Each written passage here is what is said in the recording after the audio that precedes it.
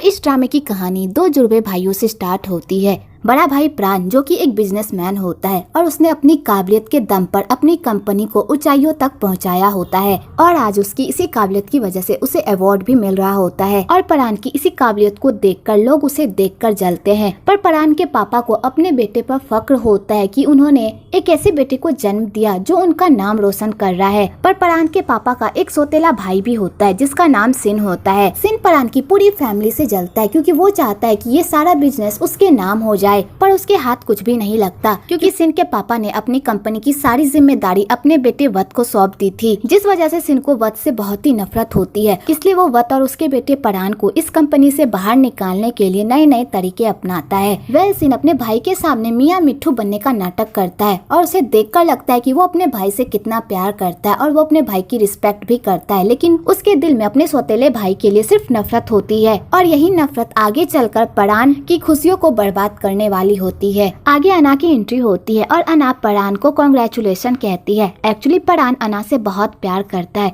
पर अना को देखकर नहीं लगता कि वो प्राण से प्यार करती है। उसे देखकर लगता है कि वो प्राण को अपना सबसे अच्छा दोस्त मानती है। अब इधर हमारे दूसरे भाई नॉन की एंट्री होती है। नॉन एक डॉक्टर होता है और वो गाँव में ही रहकर लोगों का इलाज करता है और इस काम से नॉन को बहुत ही खुशी मिलती है। एक्चुअली नॉन और उसके पापा की एक दूसरे से बिल्कुल भी नहीं बनती क्योंकि इन दोनों का भी एक पास्ट होता है। एक्चुअली नॉन और प्राण की मॉम भी एक डॉक्टर थी और वो भी इसी गांव में रहकर लोगों का इलाज करती थी और नॉन अपनी मॉम के साथ उनका हाथ बटाता था। कुछ साल बाद उसकी मॉम की तबीयत अचानक खराब हो गई तो नॉन अपनी मॉम के लिए दवाई लेने के लिए हॉस्पिटल जाता है। तो उसे वहाँ जाकर पता चलता है जो दवाई कल आने वाली थी वो अभी तक हॉस्पिटल नहीं पहुँची है। तो नॉन पूरी तरह बौखला जाता है क्योंकि वहाँ पर कोई भी दवाई नहीं होती जो उसकी मॉम का इलाज कर सके। तो नॉन घबराकर अपने पापा को कॉल करता है और उनसे पूछता है कि दवाई अभी तक क्यों नहीं आई है। तो उसके पापा कहते हैं मैंने दवाई कब की भेज दी है। तो नॉन कहता है पापा अगर आपने दवाई भेज दी है तो अभी तक क्यों नहीं आई। तो उसके पापा कहते हैं मेरे पास अब यही काम नहीं बचा हुआ है कि मैं अब ये देखूं कि दवाई पहुंची या नहीं, मेरे पास बहुत सारे काम है। और उसके पापा ये कहकर कॉल कट कर देते हैं। तो नॉन को अपने पापा पर बहुत ही गुस्सा आता है क्योंकि उसके पापा के लिए अपनी फैमिली से ज्यादा उनकी बिजनेस मीटिंग इम्पोर्टेंट है। आगे नॉन की मॉम को दवाई ना मिलने की वजह से उनकी मौत हो जाती है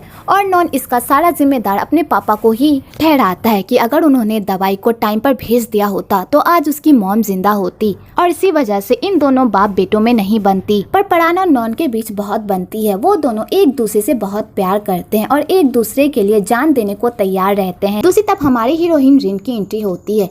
रिन प्राण की ही कंपनी में अकाउंटेंट का काम करती है और रिन का एक बॉयफ्रेंड भी होता है जिसका नाम थाना होता है, लेकिन थाना एक नंबर का कमीना इंसान होता है। वो रिन के पोजीशन का फायदा उठाता है और उससे इल्लीगल काम करवाता है। पर रिन को इस बारे में कुछ भी पता नहीं होता क्योंकि वो थाना से बहुत प्यार करती है और वो थाना पर बहुत भरोसा भी करती है, जिस वजह से थाना उसे जो भी डॉक्यूमेंट्स देता है वो उसे बिना चेक किए ही साइन कर देती है और थाना रिन की मासूमियत का फायदा उठाता है। एक्चुअली थाना को चोम ने हायर किया होता है। चोम उस कंपनी से घोटाले करती रहती है और इस बारे में किसी को पता भी नहीं लगता और बाय चांस अगर इस घोटाले के बारे में किसी को पता भी लग गया तो इसका सारा इल्जाम रिन पर आएगा, ना कि उस पर। तो थाना कहता है मैं कब तक उस रिन के पीछे पूछ हिलाता रहूंगा, मुझे भी हायर पोजीशन चाहिए। तो चोम कहती है ये आखिरी बार है, अगर तुम ये काम मेरा अच्छे से कर दोगे तो मैं तुम्हें सिन का असिस्टेंट बना दूंगी, उसके बाद तुम मजे ही करना। तो थाना कहता है तुम सच में मुझे सिन का असिस्टेंट बना दोगी। तो चोम कहती है मेरी बात पर भरोसा रखो, मैंने तुम्हें आज तक जो भी प्रॉमिस किए हैं मैंने वो सारे पूरे किए हैं, इसलिए चुपचाप मेरे सारे ऑर्डर्स को फॉलो करो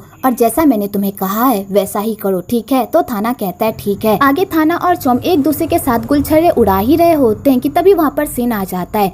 तो चोम सिन को देखकर पूरी तरह डर जाती है और वो थाना को कहती है जाकर छुप जाओ, मैं नहीं चाहती कि सिन तुम्हें यहाँ पर देखे, अगर उसने तुम्हें यहाँ पर देख लिया तो हमारा सारा प्लान फेल हो जाएगा। तो थाना रूम में जाकर छुप जाता है और चोम जाकर दरवाजा खोलती है और कहती है तुम तो आज नहीं आने वाले थे, तुम तो आज अपनी वाइफ के साथ टाइम स्पेंड करने वाले थे ना। तो सिन कहता है मेरा भी मन तो यही था, लेकिन आज मेरा मूड बहुत ही खराब है। मैंने इतनी कोशिश की उस कंपनी को हथियाने की, लेकिन हमेशा वो लोग मुझे मात दे देते हैं। तो चोम कहती है तुम परेशान मत हो, जैसा हमने प्लान किया है हम वैसा ही करेंगे और ये कंपनी एक ना एक दिन तुम्हारी जरूर होगी, मैं तुमसे प्रॉमिस करती हूँ। तो सिन ये बात सुनकर खुश हो जाता है और वो दोनों एक दूसरे के साथ गुलछड़े उड़ाने लगते हैं। एक्चुअली चोम सिन की मासूका होती है और इस बारे में किसी को भी नहीं पता होता। आगे परान को पता चलता है कि उसकी कंपनी में कुछ घोटाले चल रहे हैं, तो वो ये बात अपने पापा को बताता है। तो उसके पापा कहते हैं परान कुछ भी करो पर इस घोटाले का पता लगाओ कि हमारी कंपनी को कौन धोखा दे रहा है। तो परान कहता है पापा आप फिक्र मत कीजिए, मैं इस बारे में पता लगाता हूँ।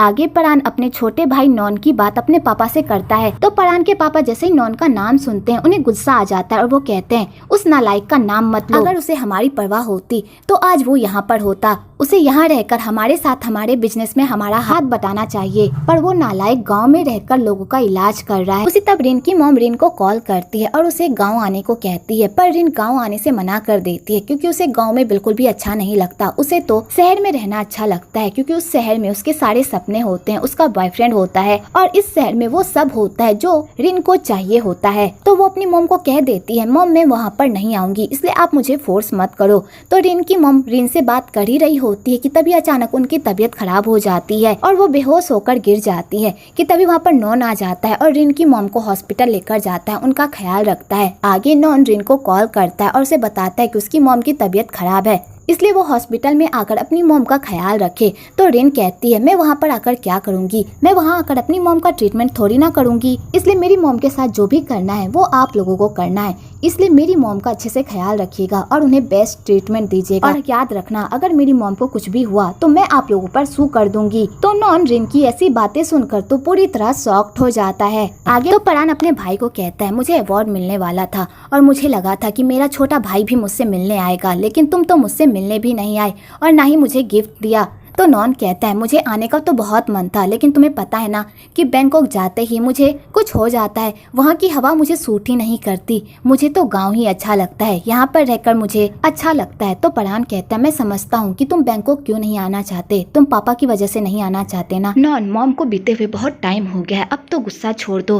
तो नॉन कहता है भाई इस बारे में हम बात नहीं करते। तो परान कहता है ठीक है, लेकिन एक शर्त पर, तुम्हें मेरी सक्सेस पार्टी में आना होगा और मुझे गिफ्ट भी देना होगा और मैं तुम्हारी ना नहीं सुनना चाहता। आगे परान के सक्सेस की खुशी में एक धमाकेदार पार्टी रखी जाती है और वहाँ पर सारे लोगों को बुलाया जाता है और रिन को भी बुलाया जाता है, पर रिन उस पार्टी में जाने से मना कर देती है क्योंकि उसका उस दिन बर्थडे होता है और वो उस दिन अपने बॉयफ्रेंड के साथ अपना बर्थडे स्पेंड करना चाहती है, ना कि वो उस बोरिंग पार्टी में जाकर वहाँ पर बोर होना चाहती है। और रिन ये बात थाना को भी बताती है। तो थाना कहता है हम तुम्हारा बर्थडे जरूर स्पेंड करेंगे, लेकिन हमें उस पार्टी में भी तो जाना है ना। मैंने आज तक ऐसी शानदार पार्टी नहीं देखी है और ना ही मैंने इस कंपनी के प्रेसिडेंट का चेहरा देखा है, प्लीज चलो ना। तो रिन कहती है मैंने भी इस कंपनी के प्रेसिडेंट का चेहरा नहीं देखा और ना ही उनके बेटे का, लेकिन फिर भी मुझे वहाँ जाने का बिल्कुल भी मन नहीं है।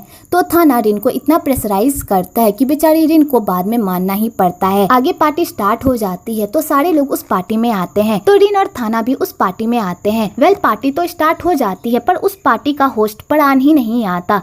तो सिन को यहाँ पर कुछ गड़बड़ी लगती है और वो चौम को कहता है इस पार्टी का होस्ट अभी तक नहीं आया है, मुझे लग रहा है इस पार्टी के आड़ में ये लोग कुछ और ही गुल खिला रहे हैं। तो चौम कहती है आप टेंशन मत लीजिए, जो भी हो वो हम बाद में पता लगा ही लेंगे। दूसरी तरफ परान अना के साथ मिलकर इस पार्टी के आड़ में उस गद्दार का पता लगाने की कोशिश करता है जो उसकी कंपनी को धोखा दे रहा होता है। तो वो लोग बहुत सारी फाइल्स को चेक करते हैं और ढेर सारी इंफॉर्मेशन निकालते हैं। तो उन लोगों को पता चलता है कि जो उसकी कंपनी को धोखा दे रहा है वो कोई और नहीं बल्कि रिन है। तो परान अना को कहता है मुझे इस रिन की सारी इन्फॉर्मेशन चाहिए, तुम इसकी सारी इन्फॉर्मेशन निकाल कर मुझे दोगी। तो अना कहती है ठीक है। आगे अना परान को कहती है हम लोग पार्टी के लिए लेट हो गए हैं, हमें जल्दी जाना चाहिए। आगे वो लोग पार्टी में पहुंचते हैं तो परान सारे गेस्ट का अच्छे से वेलकम करता है। उसके बाद परान अपने पापा को बताता है कि हमें उस गद्दार का पता चल गया है। इधर रिन को इस पार्टी में जरा सा भी मन नहीं लग रहा होता है तो वो इस पार्टी से बाहर चली जाती है और रिन परान का चेहरा नहीं देख पाती और ना ही उसे ये पता चलता है कि जिस कंपनी में वो काम करती है वो कंपनी परान की है। आगे रिन और उसका बॉयफ्रेंड बाहर चले जाते हैं रिन का बर्थडे सेलिब्रेट करने के लिए। इधर नॉन अपने भाई परान से मिलने के लिए आता है तो परान अपने छोटे भाई को देखकर बहुत ही खुश होता है। तो नॉन अपने बड़े भाई को गले लगा लेता है और उसे किसी भी करता है। तो परान कहता है ये तुम क्या कर रहे हो? तो नॉन कहता है मैंने तुम्हें कहा था ना कि जैसे ही मैं तुमसे मिलूंगा तो तुम्हें मैं हक करूंगा और ढेर सारी किसी करूंगा। आगे वो दोनों भाई आपस में बात कर रहे होते हैं तो परान कहता है आज तुम कहाँ पर रुकोगे? तो नॉन कहता है मैं होटल में रुकूंगा। तो परान कहता है तुम घर क्यों नहीं आते? बस पापा की वजह से, अब गुस्सा छोड़ दो नॉन, घर वापस आ जाओ। तो नॉन कहता है भाई प्लीज मुझसे जिद मत करो, मुझे यहाँ यहाँ पर रहा नहीं जाएगा, मुझे यहाँ का एनवायरनमेंट बिल्कुल भी पसंद नहीं है, मुझे गाँव की ताजी हवा ही पसंद है और मैं वहीं पर रहना पसंद करूंगा। कि तभी वहाँ पर उन दोनों के पापा आ जाते हैं। तो नॉन के पापा नॉन को कहते हैं, कब तक तुम्हारा भागने का प्लान है, अब तो घर वापस आ जाओ। तो नॉन कहता है, मैं घर वापस नहीं आऊंगा, और वहाँ से जाने लगता है। तो नॉन के पापा नॉन को कहते हैं, तुम्हारी मॉम की मौत में मेरा कोई हाथ नहीं था, तुम मेरी बात पर यकीन क्यों नहीं करते। तो नॉन कहता है, चाहे आप कितना भी इस बात को झुटला ले, लेकिन आप इस बात को नहीं झुटला सकते कि मेरी मॉम के साथ जो भी हुआ उसमें आप जिम्मेदार थे। तो नॉन के पापा जैसे ही नॉन के मुंह से ऐसी बातें सुनते हैं, उनकी तबीयत खराब हो जाती है। तो परान अपने भाई को कहता है, भाई तुम यहाँ से अभी जाओ, मैं तुमसे बाद में मिलने आऊंगा। और नॉन वहाँ से चला जाता है। तो नॉन के पापा चिल्लाकर कहते हैं, नॉन तुम्हारी मॉम की मौत में मेरा कोई हाथ नहीं था। तो नॉन उसकी बातें सुन लेता है और चुपचाप वहाँ से चला जाता है। आगे नॉन रेस्टोरेंट जाता है और नॉन जिस रेस्टोरेंट में जाता है उस रेस्टोरेंट में रिन और थाना भी होते हैं। तो थाना बहुत ही रोमांटिक अंदाज में रिन को प्रपोज करता है। तो रिन ये सब देखकर बहुत ही खुश होती है और वो उसके प्रपोजल को एक्सेप्ट कर लेती है। तो नॉन उन दोनों को इतना खुश देखकर बहुत ही खुश होता है और कहता है, आज के कपल भी एक दूसरे से इतना प्यार कर सकते हैं और उन्हें इस तरह रोमांटिक अंदाज में प्रपोज कर सकते हैं। वाओ। आगे रिन अपने प्रपोजिंग की खुशी में खूब ड्रिंक करती है। तो थाना रिन के नशे में होने का फायदा उठाता है और उसे रूम में जाने को कहता है ताकि वो दोनों रूम में जाकर गुटुरगु कर सके। पर रिन थाना के सारे प्लान पर पानी फेर देती है और वो उसके साथ रूम में नहीं जाती और बाहर में ही रहकर आसमान के नजारों को एंजॉय करती है। तो थाना बहुत कोशिश करता है।